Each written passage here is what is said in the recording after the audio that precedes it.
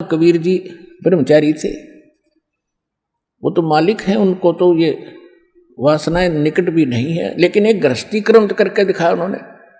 2 बच्चे मुर्दे जिंदे करे थे किसी कारण से, किसी की शर्त पे, और 2 माता पिता थे। वो बोले जन्म नहीं था मालिक का, वो नीरुनिमा उठा लाए थे दाता को जब सतलोक से आके कमल के फूल पर विराजमान हुए थे लहर तारा तालाब में। तो ये परिवार था दाता का, और परिवार में रहे, परिवार गृहस्थी का वाला कर्म किया, सारा कपड़ा बुना करते थे और भगवान की भक्ति भी करते थे, परिवार का पोषण भी करते थे, भक्ति भी करते थे।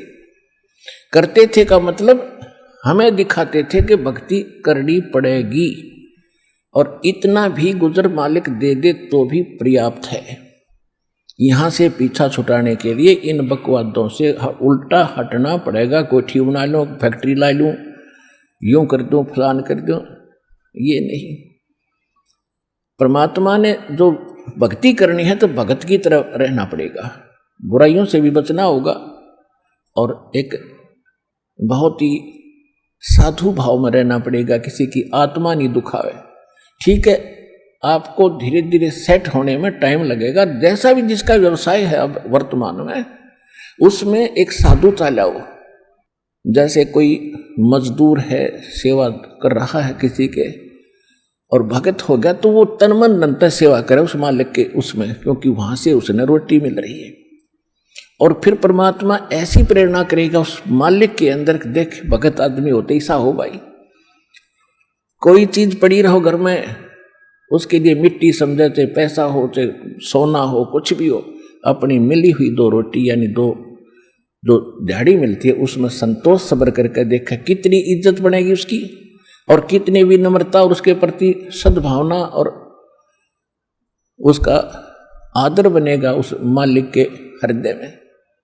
इसी प्रकार अगर आप मालिक हैं, भगत हैं, आपके यहाँ कोई सेवादार सेवा करता है, उनको अपने बच्चों की तरह समझे, उनको भगवान के बच्चे समझे। वो बालक सेवा कर रहे हैं, भगवान के बच्चे हैं, उनको प्यार दे और उनके साथ कोई ऐसा गलत बर्ताव नहीं करे।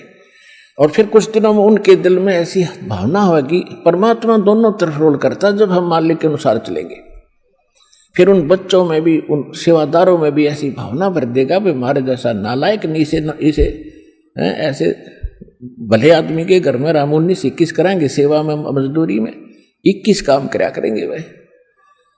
तो इस तरह कितना अच्छा माहौल बनेगा। और हम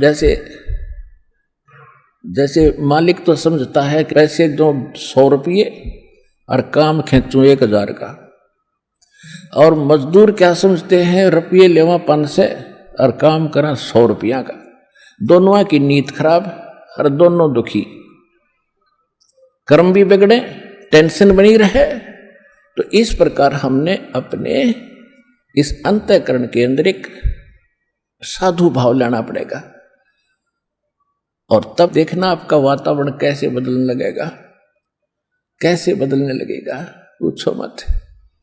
तो तब हम यहां भी सुखी होंगे, आपको चिंता नहीं रहेगी कि वहां सेवादार सेवा कर रहे हैं, वो अपने तन मन धन से सेवा करेंगे भगवान से डर के, वो भगवान से डरने वाले हो जाएंगे, फिर बातें खत्म हो जाएगी। अब तो आग लगी पड़ी है, रिश्वत ले ले, यूं ले लूं, फलान करूं, जब करूंगा तेरा काम धर दे 500 रुपये, और उधर से 500 ले लिए, डॉक्टर के जाकर 1000 लग गए, वो 500 भी गए, 500 अपनी तनख्वाह में तो गए। अरे वो पाप कर्म जो कह दो धरे के धराए रहेंगे, फिर गधा बनकर पूरे करेगा जिससे रिश्वत ली है। तो इसी विघ्न में पैर दो मत, ये भगवान बताना चाहते हैं।